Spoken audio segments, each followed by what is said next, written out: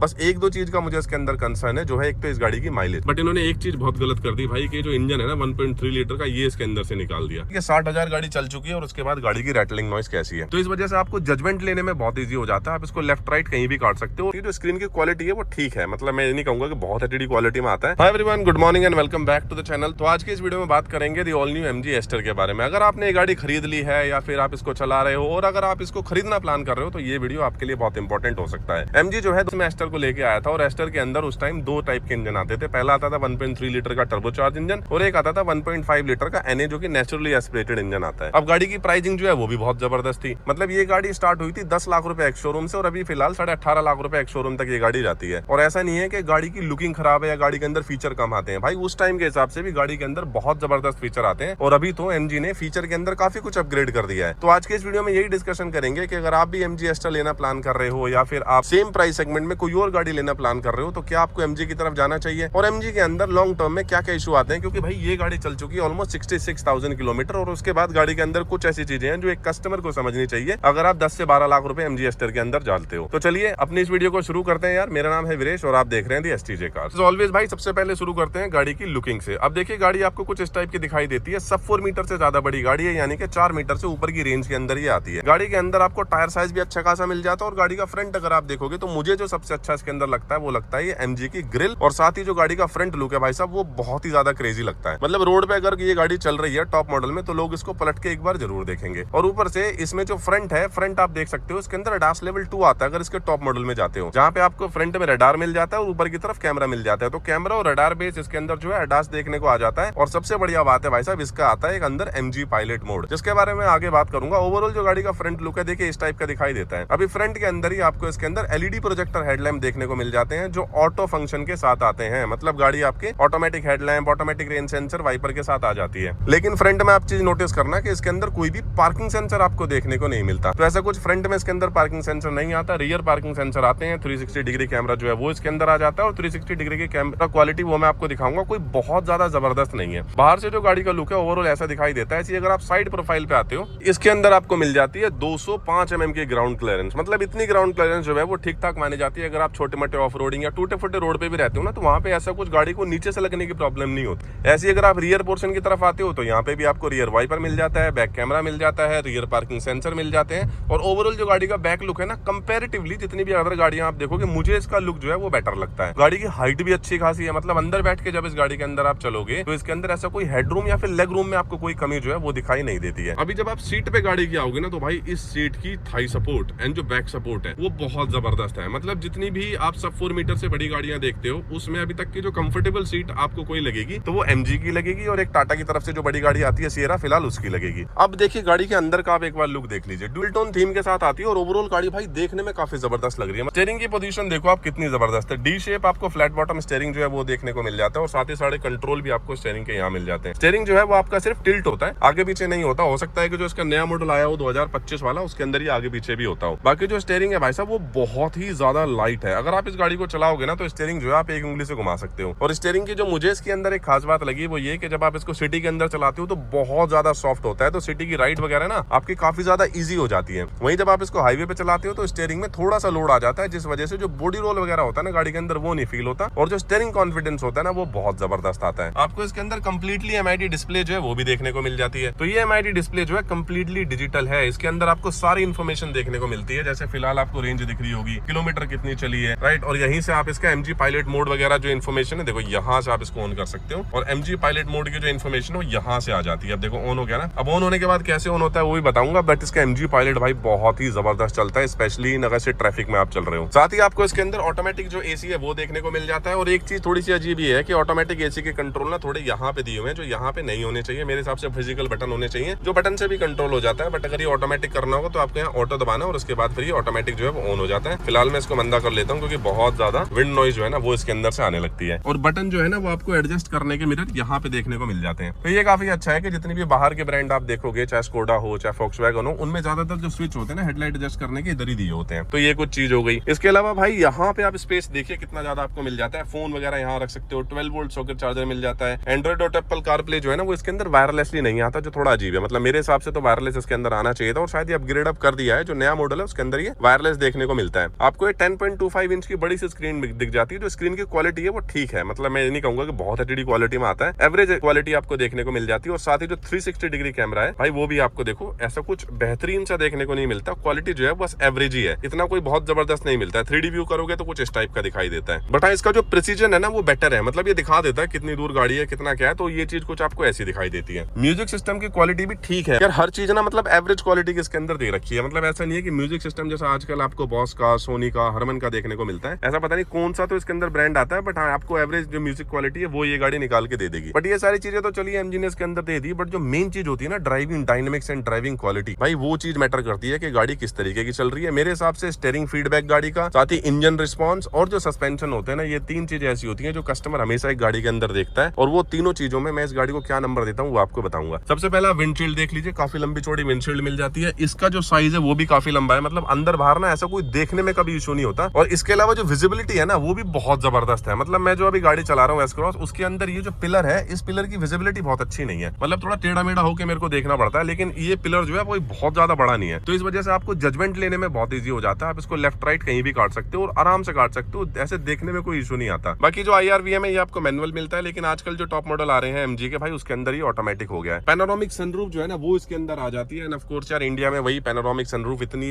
तो मेरे हिसाब से कामयाब नहीं है। मैंने पहले भी बोला है कि जो बड़ी वाली पैनोरामिक सनरूफ होती है ना वो उतनी कामयाब नहीं होती जितनी की छोटी वाली होती है। अब ये इतनी बड़ी पैनोरामिक सनरूफ है और गाड़ी का AC जो है उस हिसाब से काम तो ठीक कर रहा है, बट फिर भी जो हीट है ना मुझे थोड़ी सर पे फील हो रही है। और ऊपर से ये चीज ना इसमें ब्लैक और लेदराइट दे रखी है, तो कई बार जब धूप में गाड़ी खड़ी हो जाती है ना तो फ्रंट से ये बहुत हीट आता है। अभी भी जो हीटिंग आ रही है ना वो मेरे चेहरे पे आ रही है, बिकॉज ये सारा ब्लैक है। बट दिल्ली का टेम्परेचर भी बहुत ज्यादा है भाई, 46 डिग्री का आज का टेम्परेचर है जो मुझे गाड़ी दिखा रही है आउटसाइड टेम्परेचर, और उसी वजह से थोड़ी सी हीटिंग जो है मुझे यहाँ से लग रही है। बट हाँ पीछे का जो कैबिन है ओवरऑल, अगर कोई पीछे बैठेगा या मैं जहां मैं बैठा हूँ इस टाइम, यहाँ पे जो AC की हवा है ना वो आपको ठीक ठाक कूलिंग प्रोवाइड कर रही है, लेकिन शाम को भाई ये कूलिंग बहुत जबरदस्त हो जाती है। ओवरऑल जो गाड़ी का फ्रंट लुक है भाई कुछ इस टाइप का दिखाई देता है। पुश स्टार्ट का बटन इसमें इस साइड दे रखा है जो मुझे ज्यादा लॉजिकल लगता है कंपेयर टू इस साइड। इस साइड क्या होता है, कई बार मान लो पुलिस वाले आ गए और वो आपकी गाड़ी को चाबी लेना चाहते हैं तो वो वहां से हाथ डाल के ना ऐसे ही बंद कर देंगे, बट इसमें इस साइड दे रखा है, तो जो हाथ डालते हैं ना पुलिस वाले या कोई भी हो वो आपकी गाड़ी इजीली बंद नहीं कर पाएगा क्योंकि ये इस साइड दे रखा है, और ये लॉजिकल भी है। एक यहाँ पे देखो ये ग्रैब हैंडल दे रखा है, मतलब सबको बताया कि भैया MG की गाड़ी का जो 1.3 लीटर का पावर है ना बहुत जबरदस्त है, तो गाड़ी पिकअप बहुत अच्छा लेती है, और कई बार टूटे फूटे रास्तों में जब अनकंफर्टेबल होता है तो बंदा यहाँ से ग्रैब कर लेता है, जो बहुत अच्छा है। अब बात करते हैं मेन पॉइंट की, 60,000 गाड़ी चल चुकी है और उसके बाद गाड़ी की रैटलिंग नॉइस कैसी है। देखिए गाड़ी के सस्पेंशन में जो है ना वो थोड़ा बहुत आवाज अभी आने लगा है, इसके स्टीयरिंग में जो है हल्की फुल्की आवाज है, लेकिन ऐसा कोई सस्पेंशन में जंप लेने में गाड़ी में ऐसा कोई साउंड नहीं आ रहा है। स्टीयरिंग का आवाज आप सुन सकते हो, देखो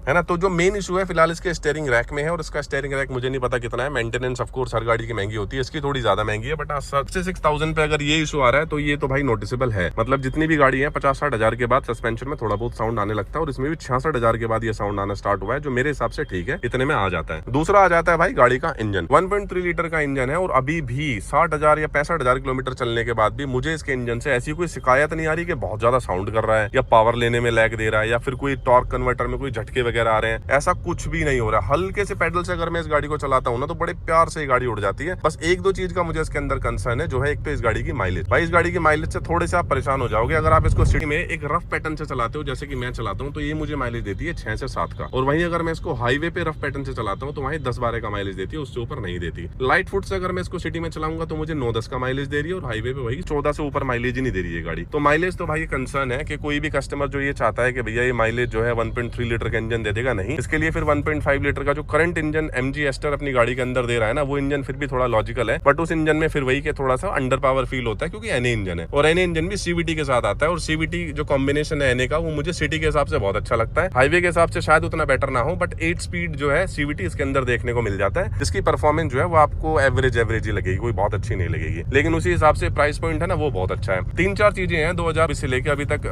MG ने अपनी गाड़ी के अंदर नहीं करी है, जैसे कि एक तो आ जाता है वेंटिलेशन सीट, अब इसके अंदर एड ऑन कर दिया। ये टॉप मॉडल है लेकिन इसमें भी वेंटिलेशन सीट नहीं आती, नए वाले मॉडल में वेंटिलेटेड सीट आ गई है। वायरलेस चार्जर जो है वो इसके अंदर नहीं आता, तो वायरलेस चार्जर एड ऑन कर दिया है, और इसके अंदर एंड्रॉइड और एप्पल कारप्ले जो है वो वायर वाला आता है अभी, और नए वाले में वायरलेस वाला जो है वो ऐड कर दिया है। साथ ही इसके अंदर जो ADAS लेवल 2 आता है उसके अंदर 1-2 फीचर कर दिया कि स्टीयरिंग खुद ब खुद जो है वो लेफ्ट राइट आपका कटने लगता है। तो ये सारी चीजें हैं जो इस बार MG ने जो है एड ऑन करी है अपनी MG एस्टर के अंदर, बट इन्होंने एक चीज बहुत गलत कर दी भाई कि जो इंजन है ना 1.3 लीटर का ये इसके अंदर से निकाल दिया। मेरे हिसाब से MG जितनी भी बिकी होगी ना ज्यादातर 1.2 या 1.3 लीटर का जो इसके अंदर टर्बोचार्ज पेट्रोल इंजन आता था ना, उसी की वजह से बिकी होगी, क्योंकि पावर और परफॉर्मेंस तो भाई वही इंजन आपको निकाल के देता है। और जिस तरीके की सस्पेंशन क्वालिटी है, जिस तरीके की इस गाड़ी की हैंडलिंग है ना, उस हैंडलिंग के हिसाब से 1.3 लीटर का जो इंजन है ना, वो बहुत ही ज्यादा जबरदस्त है। अब देखो गाड़ी 46 पे जा रही है और बहुत लाइट फुट से मैं गाड़ी चला रहा हूँ। आरपीएम पे फोकस करना, इसका आरपीएम ना 2000-2500 से ऊपर नहीं जाता अगर आप लाइट फुट पे गाड़ी चलाते हो। लेकिन हाँ, अगर आप इसको दौड़ाओगे, रेव करोगे, तो साउंड जो है अभी अंदर आ रहा है, क्योंकि गाड़ी 67,000 किलोमीटर चल चुकी है। लेकिन ऐसा पावर में कोई कमी फील नहीं होती कि गाड़ी जो है थोड़ी अंडर पावर लग रही है। अब देखो मैं पूरा थ्रोटल एक बार दबा के आपको दिखाता हूँ। 49-53 पहुंच गई। अभी मैंने दबाया भी नहीं, और ये देखो अब दबाया मैंने पूरा थ्रोटल, अब दबा दिया। अब देखना, देख लो भाई, साउंड अंदर तो काफी ज्यादा आने लगता है सीवीटी की तरह, क्योंकि गाड़ी काफी ज्यादा चल गई है। लेकिन वही है कि आपको पावर कहीं से अंडर पावर ये गाड़ी फील नहीं होगी। और जैसे ही आप थ्रोटल दबाओगे ना, माइलेज आपकी घट के हो जाएगी सीधी 8। अभी 9.5 दिखा रही थी और अब सीधा 8.5 पे चलेगी। तो इस वजह से मैं इसको थोड़ा हार्ड एस्केलरेशन पे चलाना पसंद नहीं करता, लो पे ही चलाता हूँ। और लो पे चलाते हुए भी भाई सीट कंफर्टेबल है, थकाएगी ही नहीं। और स्पेशली अब देखो इसका एमजी मैं ऑन करता हूँ, एमजी पायलट मोड है ना, वो इसका ऑन करके दिखाता हूँ। अब यहाँ पे आता है एमजी पायलट ऑन करने के लिए, आप इसको थोड़ा आगे की तरफ करोगे और उसके बाद इसको प्रेस कर दोगे। अब देखो ये एमजी पायलट मोड ऑन हो गया।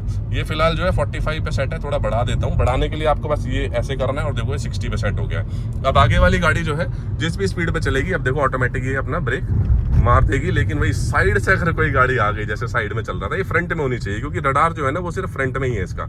लेकिन हाँ, अगर कोई जैसे सामने वाली गाड़ी है, अब ये मैं सेट कर दिया और देखो ये ऑटोमेटिक अब रेस लेगी। 48 पे सेट है और ये कर दिया मैंने 60 पे। अब 60 पे लेने के बाद देखो ऑटोमेटिक चलती रहेगी। लेकिन अगर आगे कोई फ्रंट में एकदम कोई गाड़ी रहेगी ना, तभी ये ब्रेक मारेगी। अब जैसे साइड से स्विफ्ट आ रही थी, अब वो स्विफ्ट अगर कट मार जाए तो भाई ये घुस जाएगी, फिर नहीं रुकेगी। ऐसे ब्रेकर वगैरह भी इस गाड़ी को वैसे कम ही दिखते हैं, तो वहाँ खुद ही ब्रेक मारना पड़ता है और ब्रेक मार दे इसका जो एमजी पायलट है वो हट जाता है। तो उसके लिए फिर से आपको ये बटन दबाना पड़ेगा और देखो फिर से ही हो गया सेट। और सेट होने के बाद मुझे स्पीड जो है वो इसकी 60 पे करनी पड़ेगी, तब जाके थोड़ा पिकअप लेगी। अब देखो ये गाड़ी अपने हिसाब से चल रही है। अब मैंने 70 पे सेट कर दिया। अब देखो ये पिकअप ले रही है अपने आप ही। और ऐसे ही जब ये कोई सामने आएगा ना, तो ऑटोमेटिक ब्रेक भी मार लेगी। बस आपको स्टीयरिंग जो है ना वो संभालना है। ये देखो ब्रेक मार ली गाड़ी ने। अभी सामने जाती होगी, दिख रही होगी ना ब्रेजा, अब ये ब्रेजा के पीछे ही चलती रहेगी और इसमें दिखता रहेगा कि हाँ गाड़ी जो है ब्रेजा के पीछे ही जा रही है। अब इसका जो डिस्टेंस रहेगा मेरे ख्याल से 100 मीटर का कुछ डिस्टेंस है। अब देखो ऑटोमेटिक इसने ब्रेक ले लिए, गाड़ी ने रुक गई, है ना। बट ये कि साइड से कुछ आएगा तो ये अटक जाती है। तो एमजी पायलट मोड जो है इस गाड़ी का कुछ इस तरीके से ऑन होता है। अब मैं इसको हटा देता हूँ भाई, क्योंकि थोड़ा सा मेरे को अभी भी इसको चलाने में वो कॉन्फिडेंस नहीं आता एमजी पायलट मोड पे। तो मैं मैनुअल में ही गाड़ी चला रहा हूँ। एसी जो अगेन ठीक ठाक काम कर रहा है, बट आपको ऐसी गर्मी में ना थोड़ा हाई पे एसी रखना पड़ेगा, इस वजह से तभी थोड़ा ठंडा करेगी। लेकिन मेन जो मैं बात कर रहा था कि ये गाड़ी जो है हाईवे पे चलाने के लिए परफेक्ट है। टर्बोचार्ज जितने भी इंजन होते हैं वो हाईवे के हिसाब से बहुत जबरदस्त होते हैं। कोई अगर माइलेज नहीं कंसर्न करता और किसी को ऐसी गाड़ी चाहिए जो भाई भगानी है, एकदम रोड पे जबरदस्त भगानी है, और ऐसा कुछ माइलेज का कोई कंसर्न नहीं है, और सस्पेंशन जो है वो आपको सिटी और हाईवे के हिसाब से परफेक्ट चाहिए, तो भाई फिर एमजी आपके लिए एक चॉइस बन जाती है।